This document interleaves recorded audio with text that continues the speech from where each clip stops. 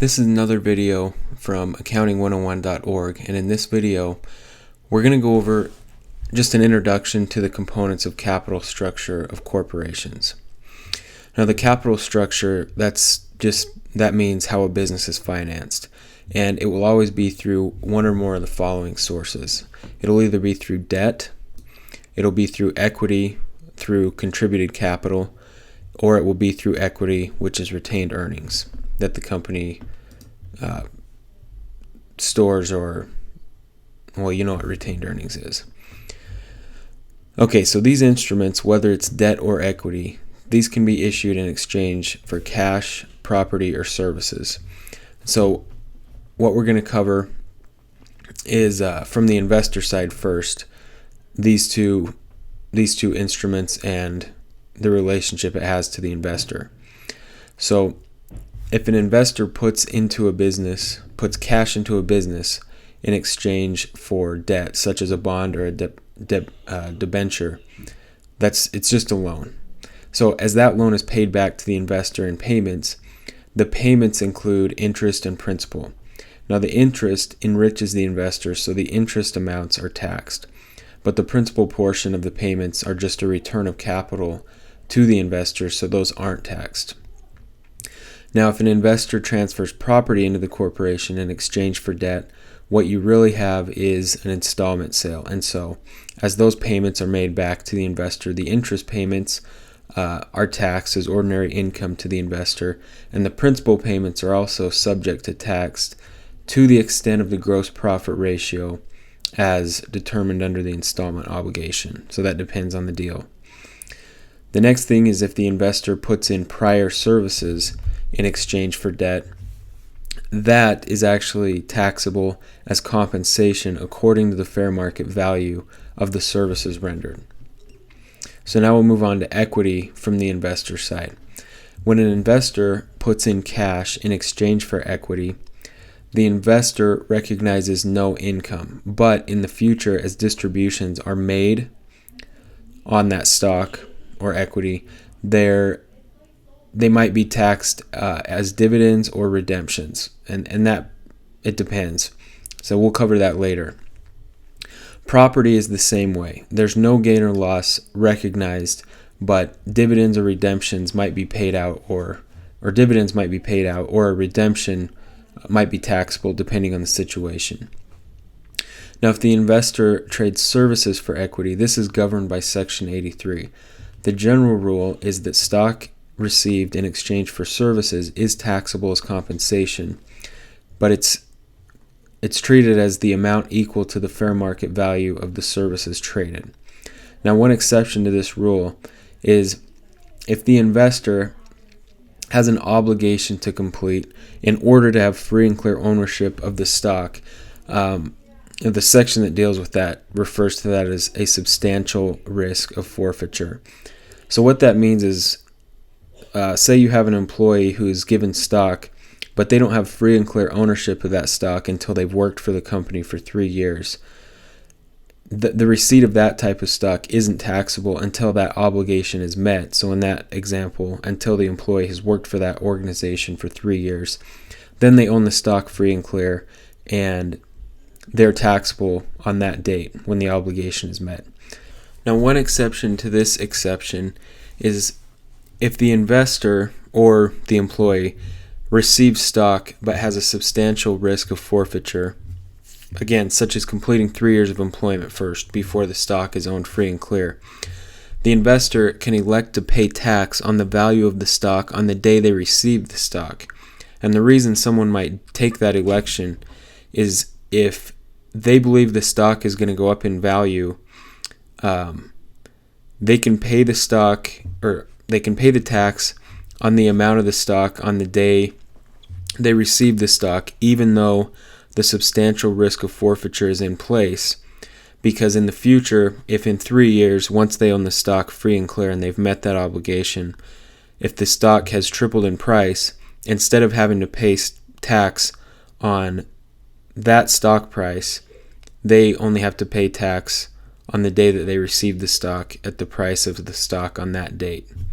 So there can be a huge advantage to the shareholder / employee, or whatever that situation is, if they make that election and then the stock goes up in value. Now we'll discuss the debt from the corporation's side.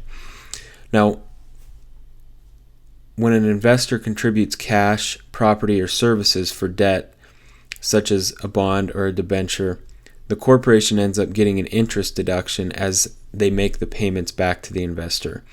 So this is a huge motivator for businesses to structure their capital with debt, and usually more debt than equity. Now, equity from the corporation side, usually a corporation will pay out dividends or make other types of distributions paid out on the equity to investors, but that doesn't provide the corporation with any deduction.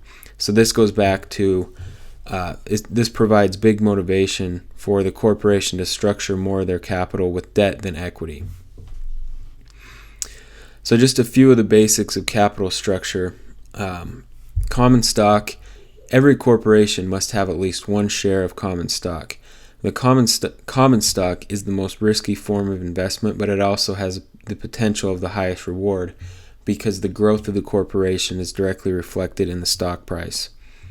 And so the common stockholders are the beneficiary of that when that's the situation. And the reverse is true if the stock price tanks.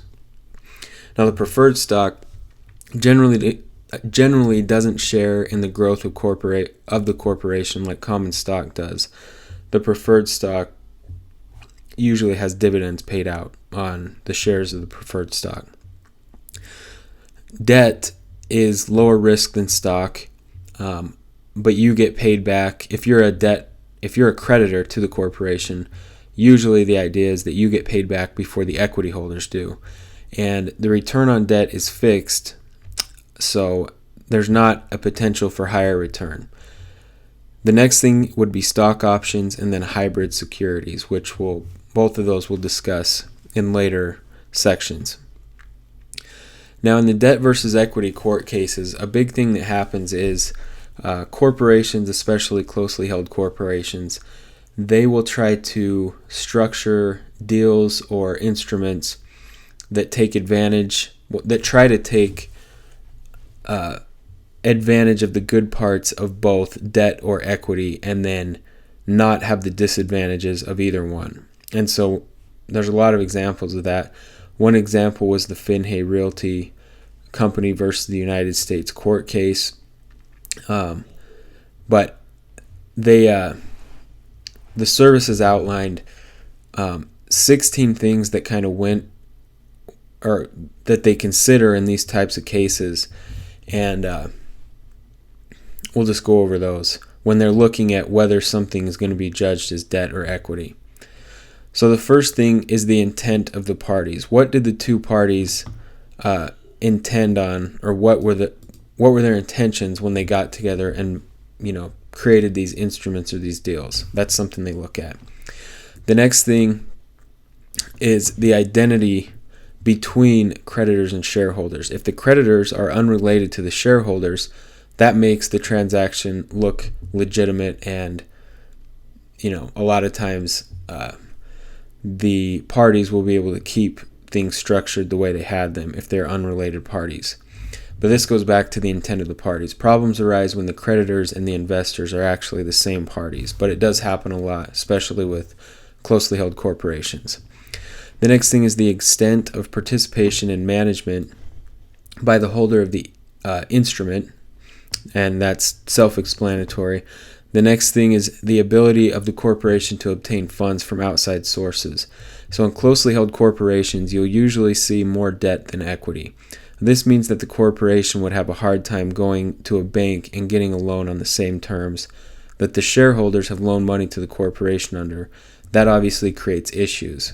If a bank wouldn't give a company a loan based on its capital structure, then the service is going to wonder, well, why would these people, especially since a lot of them are shareholders already, give debt or issue debt to the corporation?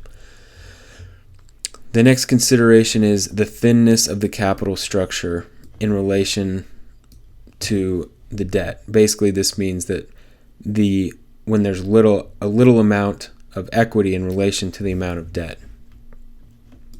The next thing is the risk involved. Common stockholders should have a much greater risk than debt holders. If the debt holders have as much risk as the stockholders, then that's a problem. The next thing is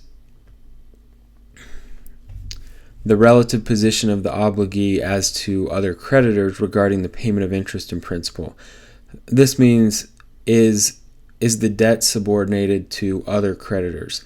Do other creditors have a higher right of getting paid back than the shareholder creditors, which it should? If not, that looks fishy to the service. The voting power of the holder of the instrument. That's another consideration. The provision of, I got a typo, the provision of tax of the fixed rate of interest. The next thing is a contingency on the obligation to repay. The next thing is the source of the interest payments. The next thing is the the presence or absence of a fixed maturity date. If you have a note that goes up or that goes on forever, that looks a lot more like equity than debt.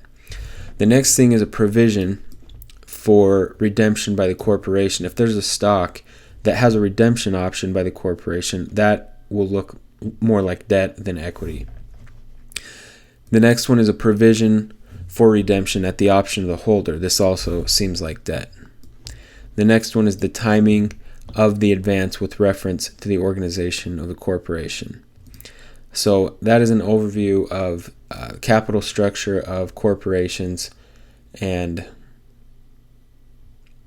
this has been another video from accounting101.org. You can visit our site for all of these videos and lessons listed in order.